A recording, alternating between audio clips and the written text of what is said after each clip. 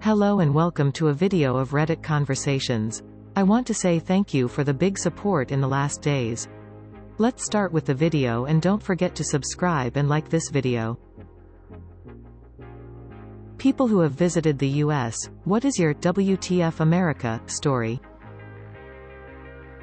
First night in LA, watched as a stolen cop car and a million cop cars flew past me down Hollywood Boulevard at 60 miles per hour at 10 p.m. Then I turned and walked back into the Thai restaurant where I watched the fugitive get pit maneuvered and shot dead live on the news via helicopter chase cam. Dude sitting next to us was excited to tell us we had officially experienced LA.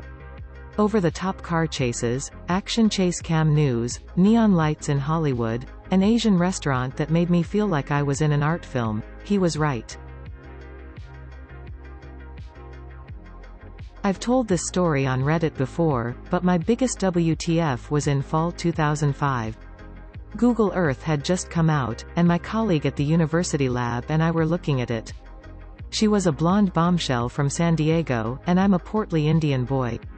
When I showed her Mumbai, my home city, she was blown away. You have buildings? Look, there's an airport. Oh my God, you have cars?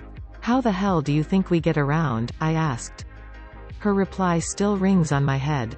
Not walking, not cows, not elephants, not bicycles, not horse-drawn carts. She said camels. If I ever saw a camel in Mumbai, I'd stop everything I'm doing and say, holy shit, that's a camel.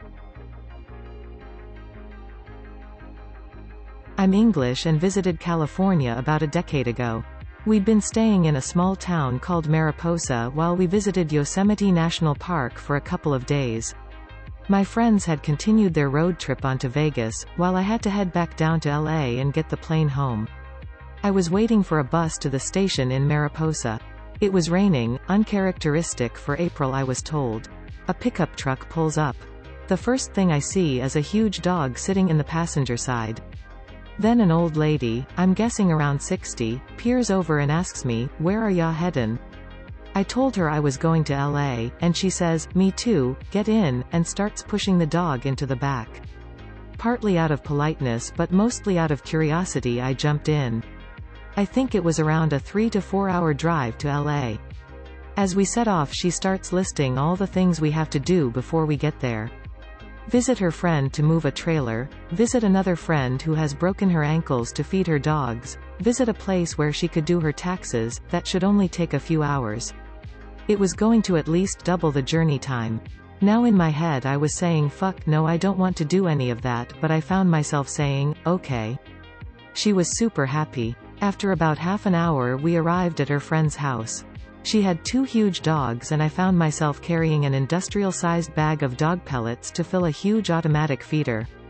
While my new old lady friend went to use the bathroom, the slightly larger woman that owned the house showed me photos of her daughter and asked me what I thought of her. I said she was pretty, which wasn't a complete lie. She told me she didn't have a boyfriend and I nodded and smiled awkwardly. Then she said, "So you're going all the way down to LA with old lady friend, are you?" I saw my chance. Actually, I think it might be better if I get the train. Do you know when the next one is? Slightly large woman checked the train times. Then she hollered out, "Old lady friend. He needs to get the train. The next one's in 20 minutes. Old lady friend rushes, as fast as a 60-year-old can, back into the room, shows no signs of being perturbed, says we better get going then, and we quickly get in the truck. It looks as though we may miss the train. Old lady friend is literally speeding down the road. She turns to me all of a sudden and says, "Has anyone ever told you about Jesus?" I tell her yes, that my parents have told me all about him. That doesn't put her off giving me a little speech, and I don't say anything to stop her. I just smile and thank her. As we get closer to where the station is supposed to be, she winds down her window at some lights and shouts to a surprised dude on the street, "Where's the station?" before accelerating hard and speeding round the bend in the direction the guy pointed to. We get to the station and there's time to spare. There's a bit of a queue at the ticket booth and I say thanks, and take my place in line. After a few minutes I reach the front and buy my ticket. I turn towards the platform and feel a tap on my shoulder. Old lady friend is standing there, apple in hand, a big smile on her face. She presses the apple into my hands and places her hands around mine. She bends her head in prayer. What she said I can't remember, I was too busy looking at all the people staring at me, an old lady whose head barely reached my chest holding my hands. Amen. Without another word, she walks away. The train arrives and I leave. When I went to Florida, I was stopped by the police for jaywalking. I protested that the road was clear, so therefore safe to cross. He said, "I don't know how you do it in your country, but here in the US we take road safety seriously."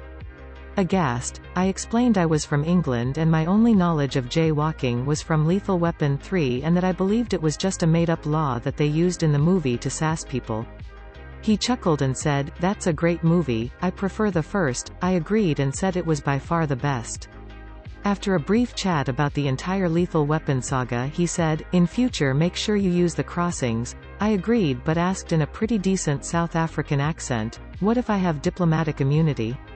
He chuckled, nodded his head and pointed to the crossing and said, "Cross there, enjoy your vacation," and off he went. It was the highlight of my holiday. I went to Disneyland in Anaheim, and it just struck me that there were a large number of disabled people out and about enjoying the rides. I'm from India, where there is no shortage of disabled people, but it was just the sheer number of disabled people that made me extremely happy that the park was accessible to everyone. "You done good, America," I said to myself as I ate some horrible expensive fried thing. I later realized that most of those people were not disabled but fat people on scooters who did not feel like walking. Where do I sign up? Korean friend who just got off the plane in Atlanta, so many big fat black women. Yes, he said it loudly and in public. But my favorite was a Japanese fellow who went to a buffet with a group of us in Vegas. He sits down and his plate looks like a normal little meal. We all have heaps of shit all over ours, and his eyes bug out that we have so much food. I said he's really going to freak out when he realizes this is only our first plate. A couple, I went to university at Cal State Fresno. I was a country boy from Canada. When I was there, the entire downtown of Fresno was boarded up and you did not go there after dark, actually anytime, and a full-blown gang fight outside of my apartment, in Clovis, a suburb near the university. For a kid from small-town Canada, that was mind-blowing. When I first moved to America, one of the first things I saw after leaving JFK was a homeless man masturbating outside of Union Station. It wouldn't have been that strange, except I had heard a lot of things about NYC from people who had been there, or knew someone who knew someone, etc., and I was worried what I was seeing was just going to be an everyday, everywhere thing all throughout the country. Thanks for watching. I wish you a good day. Bye.